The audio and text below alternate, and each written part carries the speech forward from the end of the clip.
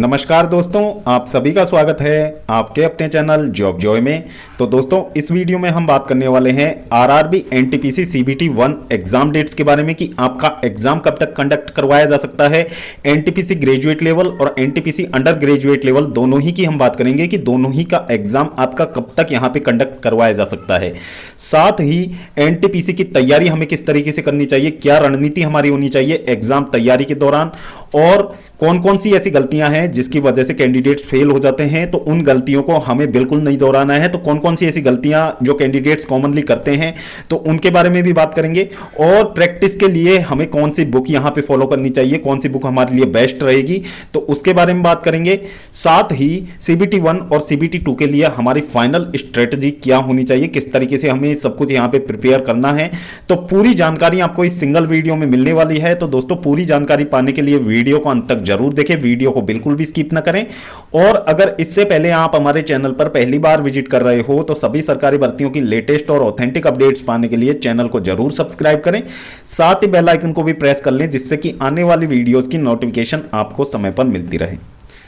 तो दोस्तों, सबसे पहले तो हम बात कर लेते हैं एनटीपीसी सीबीटी 1 एग्जाम आपका कब तक कंडक्ट करवाया जा सकता है। तो दोस्तों, इससे पहले हमने जो वीडियोस बनाई थी उसमें हमने आपको बताया था कि एनटीपीसी ग्रेजुएट लेवल और एनटीपीसी अंडर ग्रेजुएट लेवल दोनों ही का जो टोटल नंबर ऑफ एप्लीकेशन का आरटीआई रिप्लाई रेलवे की तरफ से आ चुका था। तो दोस्तों, ग्रेजुएट लेवल में वो डाटा लगभग 58 लाख कैंडिडेट्स का था, यानी कि 58 लाख कैंडिडेट्स ने एनटीपीसी ग्रेजुएट लेवल के लिए आवेदन किया है। और यहां पे अंडर ग्रेजुएट लेवल की यदि बात की जाए तो अंडर ग्रेजुएट लेवल में 63 लाख कैंडिडेट्स ने आवेदन किया है। अब दोस्तों, इतनी ज्यादा संख्या में यहां पे आवेदन इस बार आए हैं, तो दोस्तों एक बात तो यहां पे तय है कि कंपटीशन आपको बहुत हाई यहां पे देखने को मिलेगा। अच्छा खासा कंपटीशन आपको देखने को मिलने वाला है इस बार, और कट ऑफ भी आपका सभी जोन्स में अच्छा खासा जाने वाला है। तो उसके लिए हमें बहुत ज्यादा मेहनत की जरूरत है जिससे कि एनटीपीसी हमारा क्लियर हो पाए। तो दोस्तों, इसमें सबसे पहले तो हम बात कर लेते हैं कि कैंडिडेट्स कॉमनली गलती क्या करते हैं। जो कैंडिडेट्स कॉमन गलतियां यहां पे कैंडिडेट्स की होती हैं, तो दोस्तों उसमें पहली गलती आपकी होती है कि कैंडिडेट्स वरियस सोर्सेज से यहां पे तैयारी करते हैं, चाहे वो यूट्यूब से हो, चाहे वो पेड कोर्सेज कैंडिडेट ने ले रखे हों। तो दोस्तों, कैंडिडेट वीडियोस को तो यहां पे देख लेते हैं लेकिन उसके बाद में प्रैक्टिस नहीं करते हैं। सबसे पहली यहां पे गलती होती है कैंडिडेट्स की, प्रैक्टिस नहीं करना। जब तक आप किसी चीज को पढ़ोगे उसके बाद में यदि आप खुद से उसकी प्रैक्टिस नहीं करोगे तो दोस्तों उसका पढ़ना और नहीं पढ़ना आपके लिए बराबर हो जाएगा। यानी कि प्रैक्टिस आपके लिए जरूरी है, यानी कि जो भी चीज आप पढ़ो, जो भी टॉपिक आप पढ़ो, तो उससे रिलेटेड क्वेश्चंस लगाना आपके लिए बहुत ज्यादा जरूरी है। तो वो चीजें आपको करनी चाहिए। फिर दूसरी चीज यहां पे क्या होती है, दूसरी कॉमन गलती कैंडिडेट्स की, कि कैंडिडेट्स मॉक नहीं लगाते हैं। तो दोस्तों, मॉक देना यहां पे बहुत ज्यादा इंपॉर्टेंट है, क्योंकि जितना आपने सीखा है यदि उसका आपने मॉक नहीं लगाया है तो जितना आपने सीखा है उसको आपको आंकने का मौका ही नहीं मिलेगा। इससे आपको पता ही नहीं लगेगा कि हमने कहां पे कितना सीखा है और कौन सी गलतियां अभी हम कर रहे हैं, हमारे अंदर क्या कमी है और हमें कौन सी चीजें यहां पे दोबारा से सीखने की आवश्यकता है। तो दोस्तों, मॉक लगाना बहुत ज्यादा जरूरी है। किसी भी कंपटीशन एग्जाम की आप तैयारी कर रहे हो तो उससे रिलेटेड मॉक्स आपको लगाने चाहिए, जो कि बहुत ज्यादा जरूरी होता है। किसी भी गवर्नमेंट जॉब की यदि आप तैयारी कर रहे हो उससे रिलेटेड यदि आपने मॉक नहीं लगाए हैं तो तैयारी आपकी 70% तक अधूरी है, यह चीज आप मान के चलिए। फिर दूसरी चीजें, फिर तीसरी गलती क्या करते हैं कि ज्यादा बकवास चीजों में आप पड़ जाते हैं। यानी कि किसी ने YouTube पे थंबनेल बना के डाल दिया एग्जाम में आने वाले टॉप 100 क्वेश्चंस, यानी कि यही क्वेश्चंस एग्जाम में छपने वाले। तो काफी सारे कैंडिडेट्स इन चीजों पे भरोसा कर लेते हैं और उन चीजों के पीछे लग जाते हैं और उस वीडियो को बार बार देख के अपना समय भी बर्बाद कर लेते हैं। और वो इजी क्वेश्चंस होते हैं, तो आपको देखने से ये लगेगा कि ये चीजें तो हमें अच्छे से क्लियर हो रही हैं, तो वो चीजें आपको भ्रमित करती हैं, आपकी तैयारी को भ्रमित करती हैं। तो ऐसी चीजों को बिल्कुल भी यहां पे फॉलो नहीं करना है। यानी कि जो ऐसे थंबनेल डालते हैं कि एग्जाम में आने वाले टॉप 100 क्वेश्चंस, तो ऐसी वीडियोस को बिल्कुल भी आप लोगों को स्किप करना है, क्योंकि एग्जाम में एग्जामिनर कहीं से भी क्वेश्चंस डाल सकता है। और आपने भी बहुत सारी एग्जाम्स दी होंगी तो उसमें आपने ये चीजें देखी होंगी कि किस तरीके से क्वेश्चंस वहां पे देखने को मिलते हैं। फिर यहां पे चौथी गलती यहां पे कॉमनली क्या हो जाती है स्टूडेंट्स की, कि कैंडिडेट्स मॉक्स तो लगाते हैं, प्रैक्टिस भी करते हैं, लेकिन कैंडिडेट्स की एक कमी यह रह जाती है कि वो चैप्टर वाइज या फिर सेक्शनल क्विज यहां पे नहीं लगाते हैं। तो दोस्तों ये चीजें अपने आप में काफी गलत हैं। यदि आप सीख रहे हो किसी चीज को, यदि कोई चैप्टर आपने पढ़ा है तो उस चैप्टर से रिलेटेड आपको क्विज यहां पे ज्यादातर लगानी चाहिए, क्योंकि क्विज जितना आप लगाओगे तो उससे जो भी आपकी, जैसे टाइम मैनेजमेंट की, यदि रीजनिंग में आप क्वेश्चंस कर रहे हो तो टाइम मैनेज नहीं होता है कई कैंडिडेट्स का, बहुत सारे कैंडिडेट्स की ये प्रॉब्लम होती है कि टाइम मैनेज नहीं कर पाते कैंडिडेट। तो आप क्विज जितना ज्यादा यहां पे क्विज पे प्रैक्टिस करोगे तो ये चीजें आपकी क्लियर होंगी। दूसरी चीजें, क्विज में जो आपको वहां पे क्वेश्चंस देखने को मिलेंगे, तो दोस्तों वहां पे क्वेश्चंस देखने को मिलेंगे तो उसमें बहुत सारे क्वेश्चंस ऐसे होंगे जिनको आप भले ही कितनी बार भी उनका कोई वीडियो देख लीजिए, उनका मेथड भले ही आप कितनी बार देख लीजिए, लेकिन जब तक आप खुद से उन क्वेश्चंस को नहीं करोगे तो वो क्वेश्चंस आपसे कभी सोल्व नहीं होंगे और एग्जाम में वो आपको बहुत ज्यादा दिक्कत देते हैं। तो आपको रीजनिंग और मैथ में दो ऐसे सब्जेक्ट होते हैं इसमें जो स्कोरिंग सब्जेक्ट होते हैं, तो इनमें आपको मॉक भी लगाने हैं। मॉक तो आपका कंपलसरी है, मॉक आपको निश्चित रूप से लगाना है, लेकिन मैथ और रीजनिंग में प्रैक्टिस के लिए आपको यहां पे एक्यूरेसी सुधारने के लिए आपको क्विज लगाना बहुत ज्यादा जरूरी है। तो मैथ और रीजनिंग की तो एटलीस्ट आपको बहुत सारी क्विजेज लगानी चाहिए, जितनी भी आपके पास पड़ी हो। जो भी आपने कोई भी ऑनलाइन प्लेटफॉर्म का यदि आपने सब्सक्रिप्शन ले रखा है तो उसमें जितनी भी आपके पास क्विज पड़ी हैं सारी क्विज आपको लगानी है। ये टारगेट आपका एग्जाम से पहले पहले होना चाहिए कि एग्जाम देने जाने से पहले हमें ज्यादा से ज्यादा जितनी उसमें क्विज हो सकती हैं उतनी क्विज हमको करनी है। सेक्शनल टेस्ट हमको लगाने हैं सभी सब्जेक्ट के। फिर यहां पे अगली गलती यहां पे कैंडिडेट्स की क्या होती है, कैंडिडेट्स यहां पे जो हार्ड चीजें आती हैं उनसे बचने के लिए कुछ कैंडिडेट्स के मन में ये चीजें आ जाती हैं कि ये चैप्टर हमसे नहीं हो रहा है, इसके 2 से 3 क्वेश्चन या फिर 1 से 2 क्वेश्चन एग्जाम में देखने को मिलेंगे तो हम इनको स्किप करके आगे निकल जाएंगे, बाकी अदर जो भी चैप्टर्स हैं उनमें हम स्कोर कर लेंगे। तो ये सबसे बड़ी गलती होती है कैंडिडेट्स की, क्योंकि यहां पे कैंडिडेट्स यदि इनको आप यहां पे स्किप करते हो तो यहां पे ऑलरेडी आप हजारों स्टूडेंट से पीछे तो यहीं चले गए। और दोस्तों इतनी ज्यादा कोई चीजें डिफिकल्ट नहीं होती हैं, यदि आप मेहनत नहीं करोगे इस चीज पे तो वो निश्चित रूप से आपको डिफिकल्ट लगेगी। यदि आप उसे मन लगा कोई एक बार सीखने का प्रयास करोगे तो वो चीजें निश्चित रूप से आपके समझ आएंगी। एक बार में समझ नहीं आएंगी, दूसरी बार में नहीं आएंगी, लेकिन आप 2 से 3 से 4 बार यदि उस चीज को बार बार मन लगा के सीखने के उद्देश्य से यदि उस चीज को देखोगे तो वो चीजें आपको निश्चित रूप से समझ आने वाली हैं। और बिल्कुल आपको हाई लेवल यहां पे पढ़ के जाना है, लो लेवल तक बिल्कुल अपने आप को सीमित नहीं रखें। सवालों का लेवल किसी भी लेवल का आपको देखने को मिल सकता है, इसलिए आपको हमेशा लो से हाई लेवल का यहां पे निश्चित रूप से पढ़ के जाना है और उसी तरीके से आपको प्रैक्टिस करके जानी है। अब दोस्तों ये तो हो गई कैंडिडेट्स के द्वारा की जाने वाली कॉमन गलतियां। अब दोस्तों यहां पे अब बचे हुए समय में जो भी आपका, यदि एग्जाम डेट की बात कर लेते हैं अब सबसे पहले, तो दोस्तों एग्जाम डेट की यदि बात करें तो एग्जाम आपका अप्रैल मंथ में होने की जो संभावनाएं लगाई जा रही थी तो दोस्तों वो अब काफी ज्यादा मात्रा में यहां पे धूमिल हो चुकी हैं, क्योंकि यदि अप्रैल माह में आपका एग्जाम यहां पे कंडक्ट करवाया जाता तो दोस्तों यहां पे जैसा कि आप सभी को पता है ग्रेजुएट लेवल का नोटिफिकेशन पहले रिलीज हुआ था और अंडर ग्रेजुएट लेवल का नोटिफिकेशन बाद में रिलीज हुआ था। तो सीबीटी फर्स्ट ग्रेजुएट लेवल का पहले यहां पे आयोजित करवाया जाएगा, उसके बाद में अंडर ग्रेजुएट लेवल का सीबीटी फर्स्ट बाद में आयोजित करवाया जाएगा।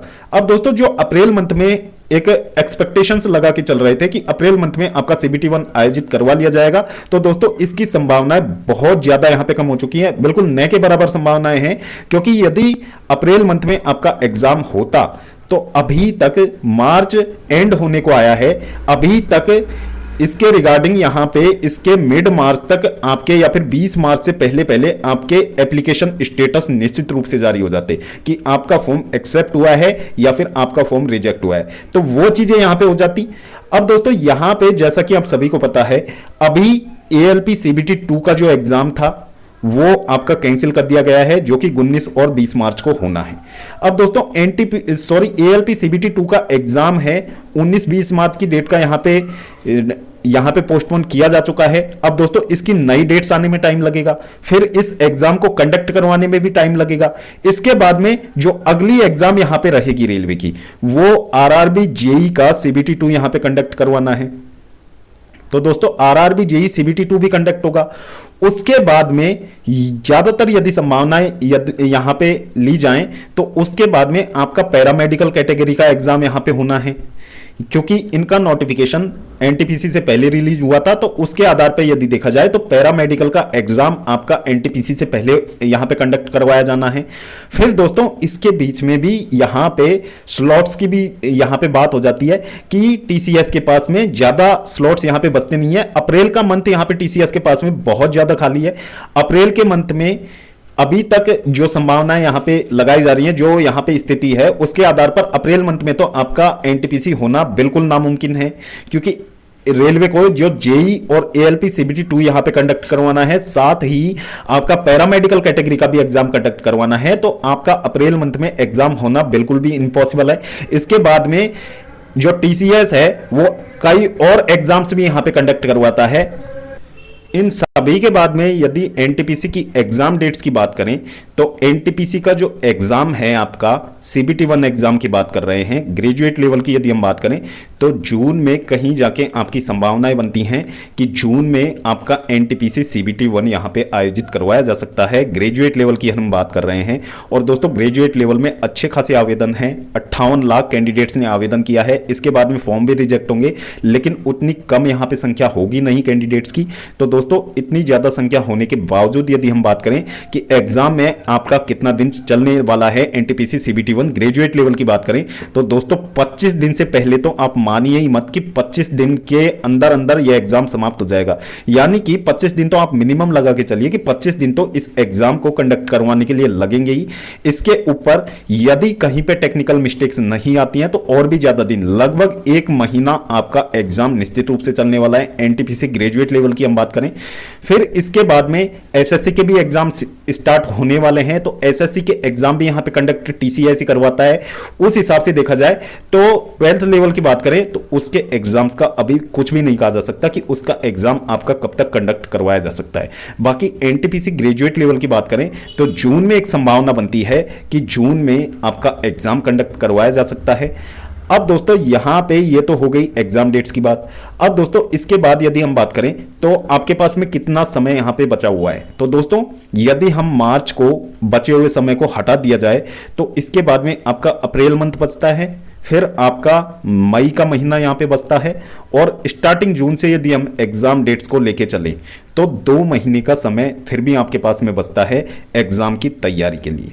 अब दोस्तों 2 महीने में बहुत अच्छी खासी तैयारी कोई कैंडिडेट कर सकता है यदि वो अभी से इसके लिए सीरियसली तैयारी करने लगे तो दोस्तों सीरियसली तैयारी आपको किस तरीके से यहां पे करनी है, बाकी जो गलतियां हैं, जो कॉमन गलती कैंडिडेट करते हैं वो तो हमने आपको बता दी हैं, वो तो बिल्कुल भी आपको नहीं दोहरानी है।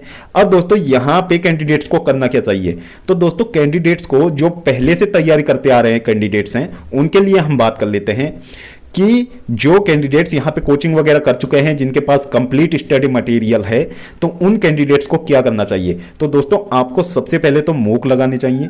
जिस भी आपने प्लेटफॉर्म का यहां पे सब्सक्रिप्शन ले रखा है उससे आप मॉक लगाइए। ज्यादातर टेक्स्ट बुक ही चल रहा है तो टेक्स्ट बुक के आप मॉक लगाइए, और मॉक लगाने के साथ में फिर आपको दिन में एक ही मॉक लगाना है अभी। फिर मॉक लगाने के बाद में आपको उस मॉक को अच्छे से एनालाइज करना है, और दोस्तों एनालाइज के बाद में आपको उसमें यह चीजें ढूंढनी है कि आपका वीक पॉइंट कौन सा है, यानी कि आप किन सवालों में गलतियां कर रहे हैं। और स्ट्रॉन्ग पॉइंट का तो आपको पता ही चल जाएगा, जो आप इजीली सॉल्व कर लोगे वो आपका स्ट्रॉन्ग पॉइंट है। बाकी जिन चीजों में आप यहां पे गलतियां कर रहे हो उन चैप्टर्स को आपको अंडरलाइन कर लेना है कि इस सवाल में हमसे गलतियां हो रही हैं, तो उनको आप अपने या तो नोट्स में देख लीजिए। नोट्स यदि आपने प्रॉपर बना रखे हैं तो उन चीजों को आप अपने नोट्स से सीखिए सबसे पहले तो, क्योंकि उससे बेटर कोई सोर्स नहीं होता है किसी भी चीज को सीखने का। तो आप यदि आपने प्रॉपर ढंग से नोट्स बनाए हैं तो उस चीज को आप अपने नोट्स में जाके देखिए। यदि आपके पास नोट्स नहीं मिलते हैं तो YouTube पे भी काफी सारे अच्छे टीचर्स के यहाँ पे लेक्चर्स मिलते हैं, तो उन चीजों को आप YouTube पे जाके सीखिए। फिर उससे रिलेटेड आपको जितने भी आपको चैप्टर वाइज क्वेश्चंस मिलते हैं, चाहे वो आप ऑनलाइन प्रैक्टिस कीजिए चाहे आप ऑफलाइन प्रैक्टिस कीजिए, उस चैप्टर से रिलेटेड आपको क्वेश्चंस लगाने हैं, और अच्छी खासी संख्या में आपको क्वेश्चंस लगाने हैं। जब तक आपको क्वेश्चंस लगाने हैं, जब तक कि आपको खुद अंदर से कॉन्फिडेंस ना आ जाए कि इस चैप्टर से यदि कोई भी सवाल किसी भी एग्जाम में आता है और किसी भी लेवल का आता है तो मैं उसे सॉल्व कर लूंगा। जब तक आपके अंदर ये कॉन्फिडेंस नहीं आता है तब तक आपको उसकी प्रैक्टिस करनी है, क्योंकि आपके पास समय अच्छा खासा बचा हुआ है। अब ये सभी सब्जेक्ट के लिए बता रहे हैं, मैथ हो, रीजनिंग हो, चाहे जीएस हो, ये सभी सब्जेक्ट्स के लिए यही आपका एक कॉमन सा मेथड है जो यहाँ पे सबसे ज़्यादा प्रभावी होता है। फिर दूसरी चीज़ें, मॉक के साथ में आपको जो भी आपके वीक पॉइंट हैं उन पे यहाँ पे वर्क करना है। अब दोस्तों यहाँ पे बातें आती हैं, मैथ और रीजनिंग दो ऐसे सब्जेक्ट होते हैं जिनमें आप अच्छा खासा स्कोर यहाँ पे कर सकते हैं।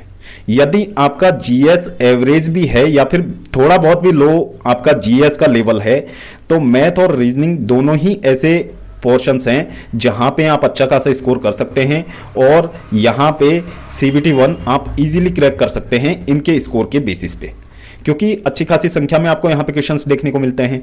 तो दोस्तों इनके आपको चैप्टर वाइज जितने भी आपके पास क्विज हैं, जो भी आपने ऑनलाइन सब्सक्रिप्शन लिया हुआ है तो जितने भी आपके पास क्विज हैं उनको आपको निश्चित रूप से लगा लेनी है। हर चैप्टर की आपको क्विज लगा लेनी है और जितनी सारी क्विज आपके पास सेक्शनल टेस्ट जितने सारे यहाँ पे बचे हुए हैं उनको आपको लगा लेना है और दिन का आपको एक मॉक यहाँ पे जरूर देना है और अपने टाइम को मैनेज करने के लिए आपको मॉक का एनालाइज भी करना है और टाइम को मैनेज करते हुए आपको मॉक देना है और मॉक को डेली के डेली आपको एनालाइज करना है और जो भी चैप्टर आपका जिस भी चैप्टर में आपको यहाँ पे डिफिकल्टी आ रही है उसको आपको बार बार देख के उसकी प्रैक्टिस आपको करनी है। तो ये चीजें आपको यहाँ पे करनी है। यदि ये चीजें आप पूरी ईमानदारी से कर लेते हो तो दोस्तों एनटीपीसी में भले ही कितना भी कंपटीशन हो आपके सिलेक्शन को रोकने वाला कोई कैंडिडेट नहीं होगा यदि आप ये सब यहाँ पे कर लेते हो तो। अब दोस्तों इसके बाद में बात कर लेते हैं कि जीएस के लिए कौन सा सोर्स सबसे बेटर रहता है, किस सोर्स से हम जीएस की तैयारी करें जिससे कि हम जीएस में भी अच्छा खासा स्कोर कर पाएं।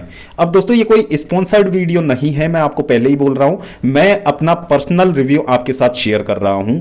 तो दोस्तों जीएस के लिए यदि आप किसी बुक को फॉलो करना चाहते हैं, जिन कैंडिडेट्स के पास में यहाँ पे कोई भी ऑनलाइन कोचिंग प्लेटफॉर्म का सब्सक्रिप्शन नहीं है या फिर आपके पास कोई भी पेड कोर्सेज नहीं है, बाकी तो यूट्यूब पे बहुत सारे मिल जाएंगे आपको। यूट्यूब पे आप जिस भी चैप्टर का देखोगे तो आपको हजारों सर्च रिजल्ट मिल जाएंगे। लेकिन यदि आप पर्सनल किसी बुक को यहाँ पे फॉलो करना चाहते हो जीएस के लिए, स्टैटिक जीएस के लिए, तो दोस्तों पिनेकल की जो ये एसएससी सामान्य अध्ययन की जो बुक है वो आपके लिए सबसे बेस्ट रहने वाली है। इसमें 6500 प्लस टीसीएस एमसीक्यू जो टीसीएस के वरियस एग्जाम में बार बार यहाँ पे पूछे गए क्वेश्चंस हैं तो वो आपको मिल जाएंगे। और दोस्तों यहाँ पे ये बुक आपको हिंदी मीडियम और इंग्लिश मीडियम दोनों में ही अवेलेबल मिल जाएगी, आपको दोनों ही मीडियम्स में ये बुक आपको मिलने वाली है। और दोस्तों इसमें आप देख सकते हैं कि आपको यहाँ पे टॉपिक वाइज क्वेश्चंस यहाँ पे देखने को मिल जाएंगे। अब दोस्तों इसमें क्वेश्चंस की संख्या भी अच्छी खासी आपको देखने को मिल जाएगी। तो दोस्तों यहाँ पे जैसा कि स्टैटिक जीके, यहाँ पे 2095 क्वेश्चंस स्टैटिक जीके के आपको मिल जाएंगे। फिर इतिहास के आप देखोगे तो यहाँ पे पेज नंबर यहाँ पे दिए हुए हैं, बाकी नंबर ऑफ क्वेश्चंस यहाँ पे दिए हुए हैं जो वरियस एग्जाम्स में पूछे गए हैं अभी तक, वो आप यहाँ पे देख सकते हैं। तो चैप्टर वाइज यहाँ पे कितने क्वेश्चंस दिए हुए हैं वो यहाँ पे बताया हुआ है।